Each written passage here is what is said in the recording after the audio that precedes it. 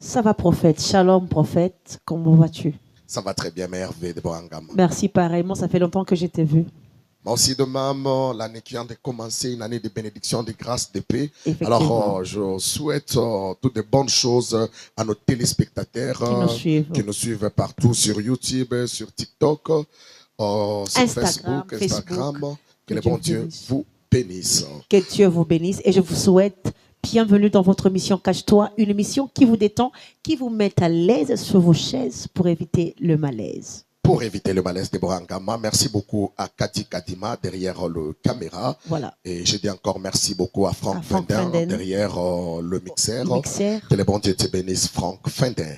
Alors aujourd'hui, nous allons recevoir un homme de Dieu bien. Voilà. Il nous a bénis dans Cache-toi d'ensemble. Et aujourd'hui, on est dans Cache-toi chez vous. Avec l'homme de Dieu, le prophète Dieu merci. Eradi. Shalom, prophète. Shalom, prophète. Comment vous allez? Dieu fait grâce. Tant que Jésus est sur le trône, nous bénissons son nom. Comment se porte l'église? Non, nous bénissons Dieu. Ça évolue dans les pas du Saint-Esprit. Dans les pas du Saint-Esprit. Merci beaucoup. Sans plus tarder, Deborah Ngama, nous allons nous lancer dans l'émission. Notre thème du jour, c'est quoi? Le mystère des deux tombeaux. Le ministère des deux tombeaux. Alors, nous vous signalons que nous sommes au sein de l'église Fondation Fear que dirige l'homme de Dieu, le prophète Dieu merci, Eradi. Soyez branchés. Soyez branchés. Merci beaucoup, papa. Vous avez la parole, le ministère des deux tombeaux. Nous disons d'abord merci à Dieu pour cette opportunité et pour le souffle de vie qu'il nous donne. Au-delà de ça, nous disons merci à Cache-toi. Merci beaucoup. Toute l'organisation Cache-toi de savoir disponibiliser pour venir nous accompagner dans cette grande vision. Et nous sommes très contents.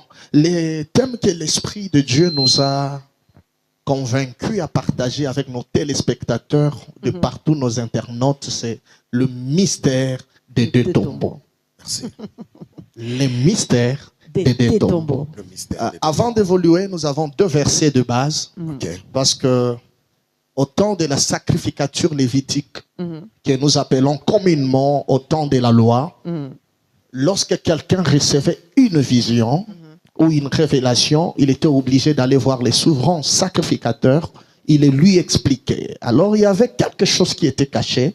Lorsqu'il expliquait la vision, les sacrificateurs avaient sur sa poitrine 12 pierres que l'on appelait l'Urim et les Tumim, l'oral et la perfection.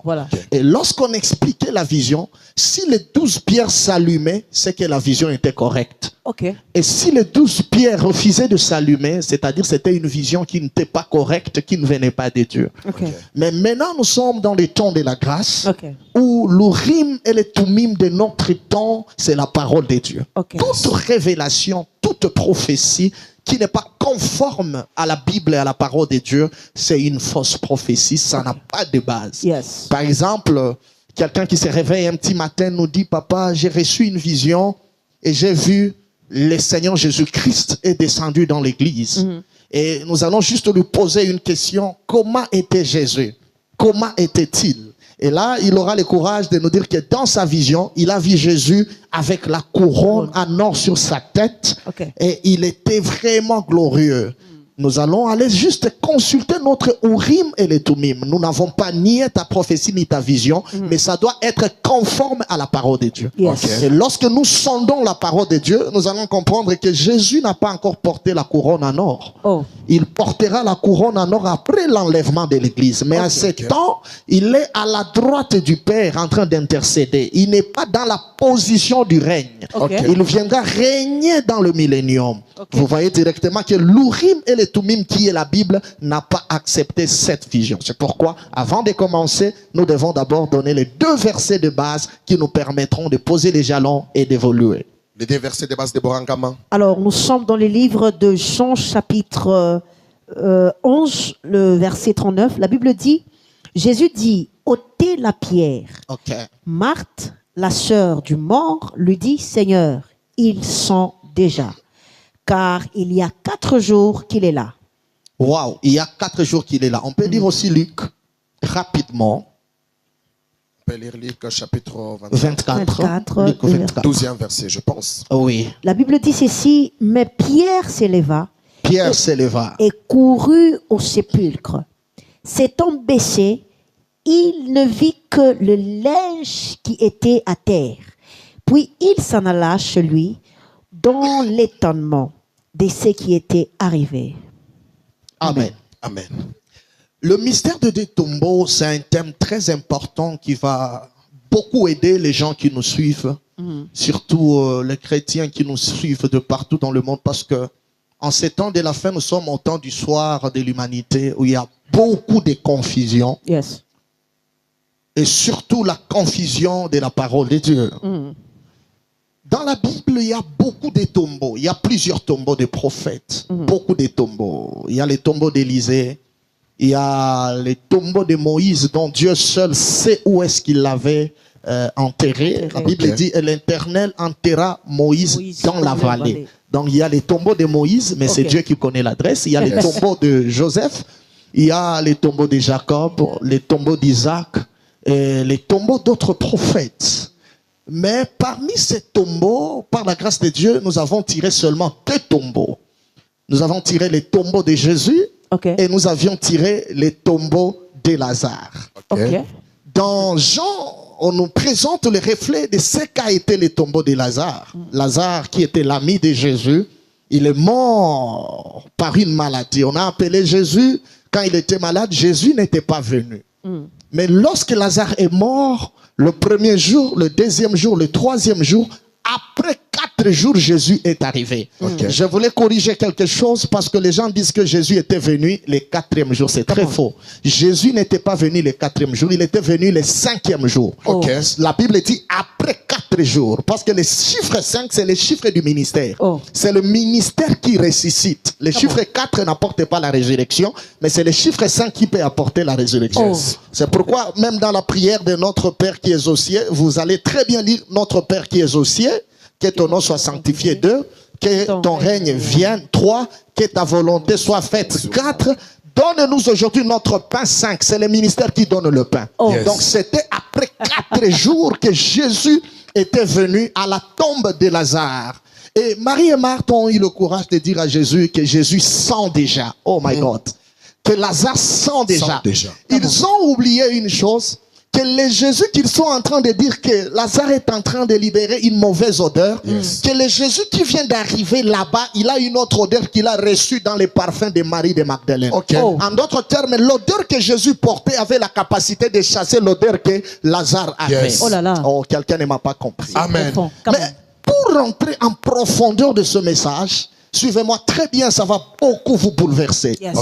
La Bible me dit que Jésus est arrivé. Il se présente devant la tombe de Lazare. La première des choses, il dit à Marie et Marthe d'ôter la pierre. C'est là où je bénis Dieu. Pourquoi? Parce que Jésus est la parole du commencement. Il a créé toutes choses par sa parole. Il avait la capacité seulement de dire, toi Pierre, ôte-toi de là, et la pierre allait obéir à la parole de Jésus. Mais ce qui m'étonne, c'est de voir, lui qui est la parole du commencement, au lieu seulement d'ordonner à la pierre de libérer, il dit à Marie et à Marthe d'ôter la pierre. C'est par là que j'ai compris que dans la marche spirituelle, Jésus ne peut jamais faire ce que l'homme peut faire. Jésus avait compris que ôter la pierre, l'homme a la capacité de le faire. Mais la résurrection de Lazare, l'homme ne peut pas le faire. C'est-à-dire la part de Marie et de Marthe, c'était d'ôter la pierre, mais la part de Jésus, c'était de ressusciter celui qui était dans les tombeaux. Je déclare sur tout celui qui me suit en direct que ce que toi tu ne peux pas faire, ce que ton père ne peut pas faire, ce que ta famille ne peut pas faire, je te présente un homme capable de le faire. Il s'appelle Jésus-Christ de Nazareth. Il s'appelle le narcisse de Saron. Il s'appelle la barbe d'Aaron. Il s'appelle le rocher des âges. Il s'appelle la roque de séparation. Et Jésus s'est tenu devant la tombe. Il a dit à Marie et à Marthe d'ôter la pierre. J'ai béni ça, c'est tellement fort. Ils ont ôté la pierre. Ils ont ôté la pierre. La pierre a été ôtée. C'est ça le premier mystère du mystère du tombeau. La pierre a été ôtée. Oh, c'est tellement fort. La deuxième des choses, Jésus maintenant libère la parole. Il dit, Lazare, sors. Maintenant, Papa Rigen, Maman Deborah, je vais vous poser des questions. Nous allons naviguer ensemble. La première des questions est que Lazare qui était à l'intérieur, il était bandé partout. Même les oreilles de Lazare étaient bandées. Même les yeux de Lazare étaient bandés. Même les pieds de Lazare étaient bandés. Comment quelqu'un qui est bandé partout, même les pieds, même les mains, peut-il écouter la voix? Peut-il sortir de lui-même? Prophète avance. Normalement, quand Jésus dit Lazare sort, il a fallu qu'il y ait quelqu'un qui viendra transporter Lazare. Voilà. Parce que le pied était bandé, le main était bandé, les oreilles étaient bandées, les yeux étaient bandés. Vous savez, quand Jésus libère sa parole, il n'a pas besoin que tu sois dans les normes. La parole de Jésus a la capacité de te mettre dans les normes, même si tu n'étais pas dans les normes. En d'autres termes, les pieds du mort, c'était la parole de Jésus. Les oreilles du mort, c'était la parole de Jésus. La bouche du mort, c'était la parole de Jésus. Non, je vais aller plus loin. Il y a quelqu'un qui vient soutenir ma thèse. Et la personne qui vient soutenir ma thèse, c'est l'aveugle de Siloé. L'aveugle de Siloé, il peut entrer. Il me dit, prophète, Dieu merci. Moi aussi, j'étais dans les mêmes circonstances où je n'ai pas vu. Il m'a touché 2 fois, je n'ai pas vu. Je voyais les hommes comme des arbres. Mais Jésus a le courage de me dire d'aller à Siloé. Sans même qu'il y ait quelqu'un qui me prendra par la main et m'accompagner à la destination. Maintenant, je pose à Jésus 3 questions. La première question est celle-ci. Moi qui suis aveugle, comment je veux arriver à Siloé alors que je ne vois pas? Je suis dans un ténèbre permanent. C'est la première question que je pose à Jésus. La deuxième question que je pose à Jésus. Moi qui suis aveugle, comment saurais-je le chemin de Siloé? Et la troisième question que je pose à Jésus, moi qui suis aveugle, comment est-ce que je connaîtrai l'adresse de Siloé? Et Jésus va répondre à l'aveugle. La première des réponses est celle-ci. La foi, c'est pour les aveugles. En d'autres termes, Jésus était en train de tester la foi de l'aveugle.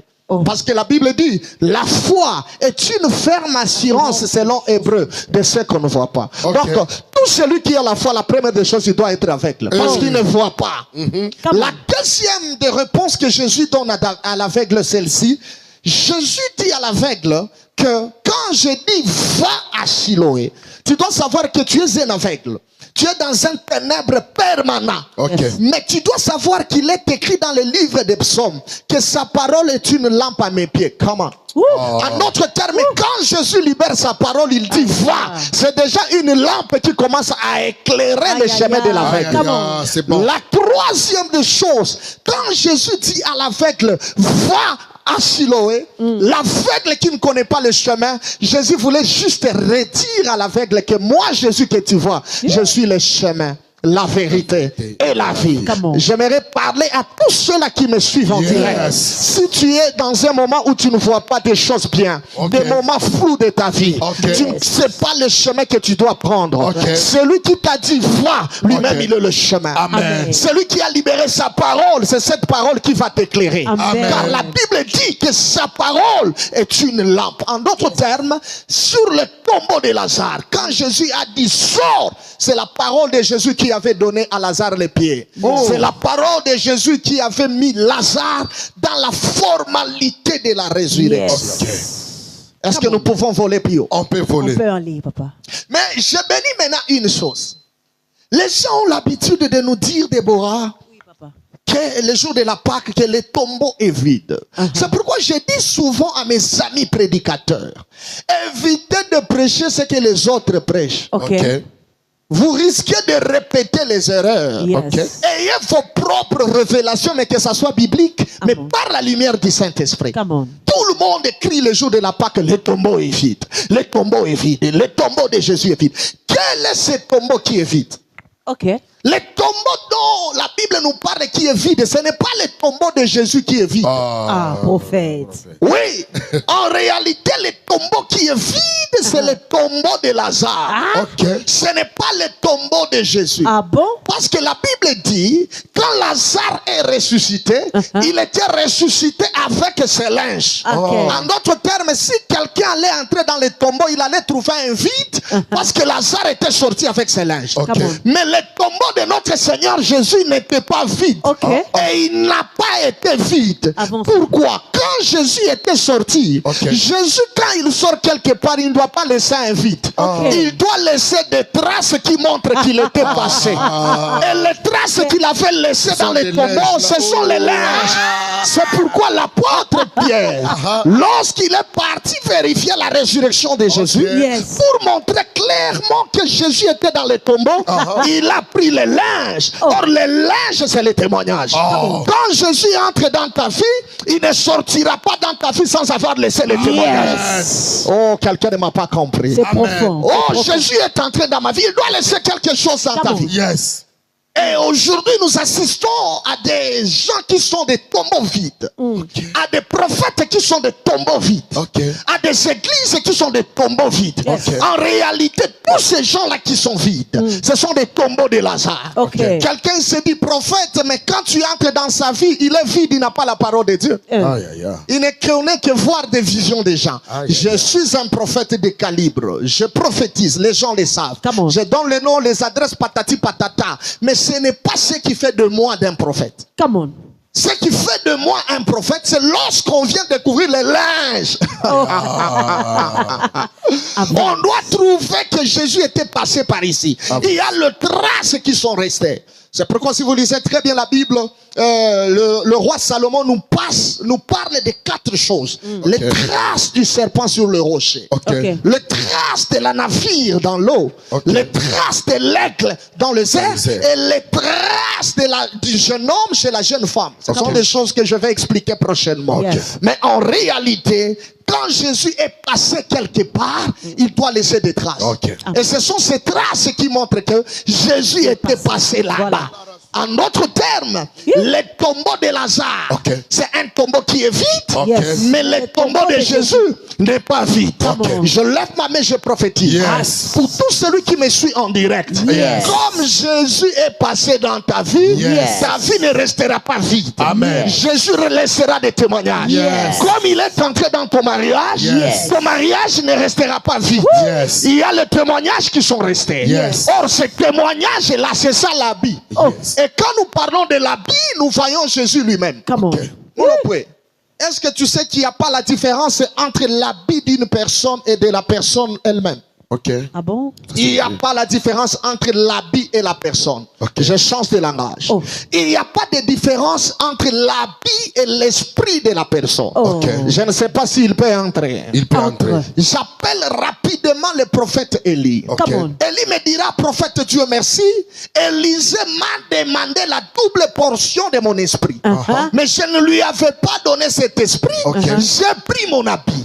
J'ai pris mon manteau, je lui ai donné. En d'autres termes, le manteau que j'ai donné à Élisée, c'était l'esprit que je lui ai donné. En d'autres termes, il n'y a pas la différence entre moi et mon manteau.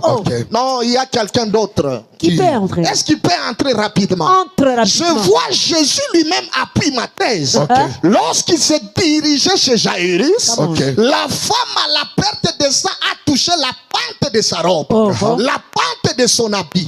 Mais j'aime la réponse de Jésus.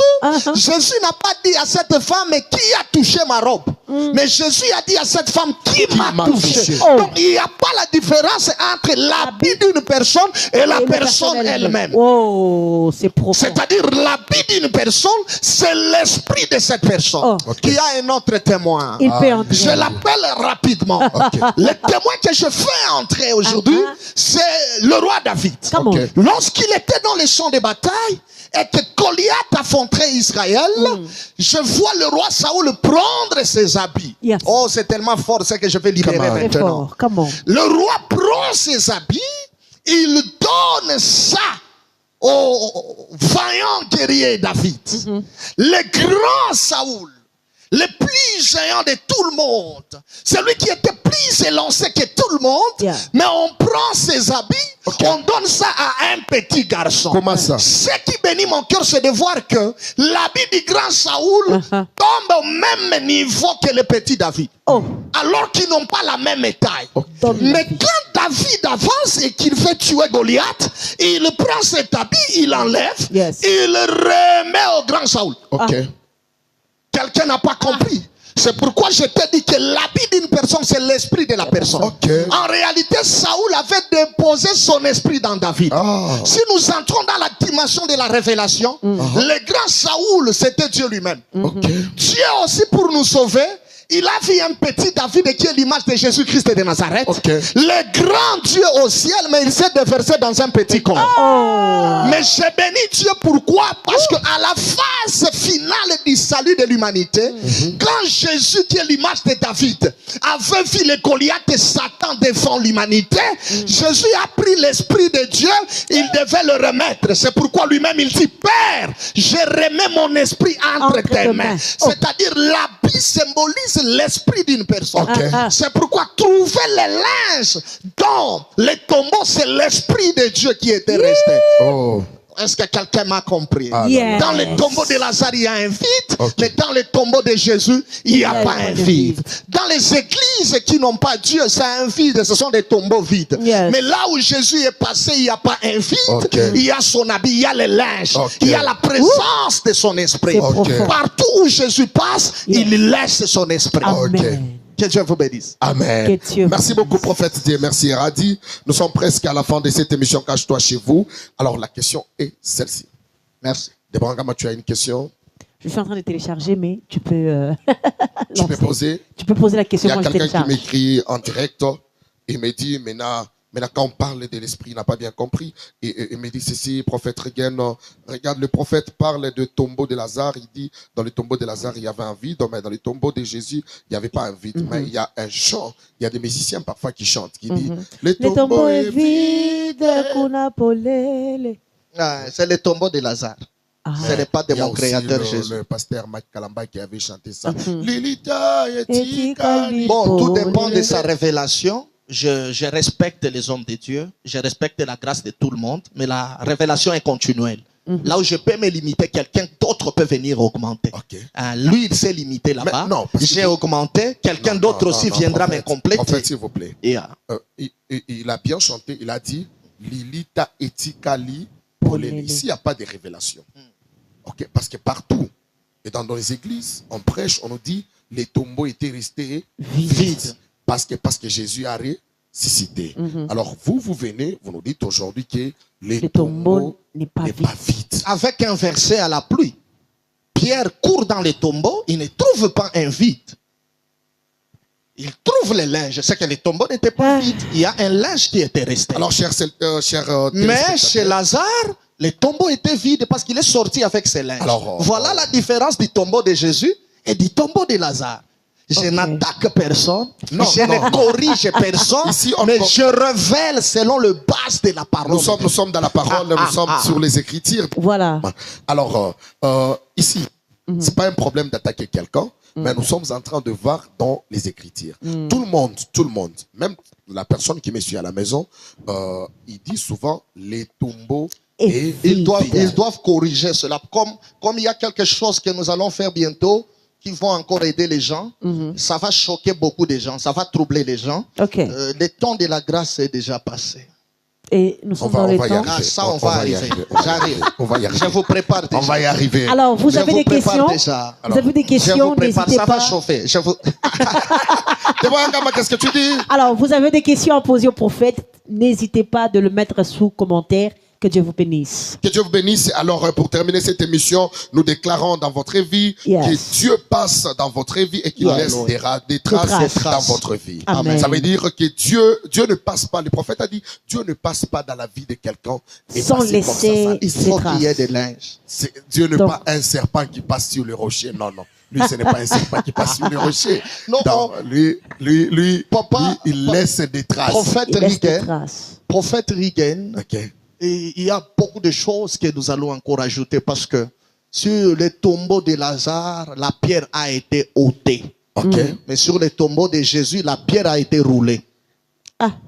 Il y a la différence entre ôter la pierre et rouler la pierre. Ça, c'est prochainement. Que nos amis restent scotchés. Merci beaucoup. Je bénis Dieu parce que pour le tombeau de Jésus, quand on a roulé la pierre, ils ont trouvé un ange s'asseoir au-dessus de la pierre. Et c'est là où je comprends que la pierre qui a été ôtée, on peut encore la ramener. Mais la pierre qui a été roulée, il y a déjà un ange qui bloque cette pierre afin que cette pierre ne revienne plus.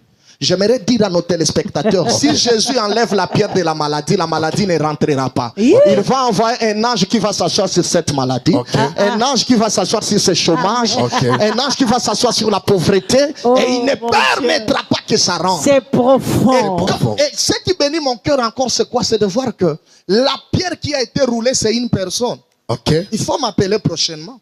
Je vais vous donner le nom de cette pierre qui a été roulée. Parce que j'ai béni l'ange qui est au-dessus de cette pierre. Parce qu'il est en train de confirmer l'écriture. Au temps de Jacob, les anges montaient et descendaient sur l'échelle.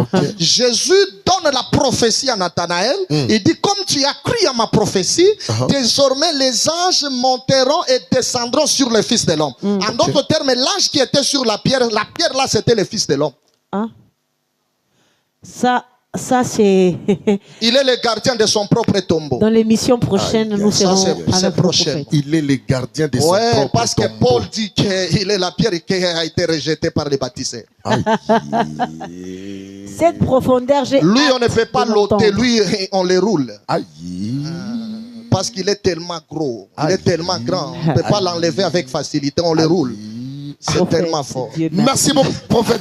A dit que le bon Dieu vous bénisse de partout vous êtes en train de nous suivre. Besoin de passer dans Cache-toi 097 950 76 16. Suivez-nous chaque jour sur TikTok, Facebook, Prophète Rigen Moulopoué. Merci beaucoup à Kadi Kadima, merci beaucoup à Franck Fendon. Deborah Ngama, nous t'aimons beaucoup. Je vous aime, prophète. Merci beaucoup. Donc, les Moïse a dit, so Moses said,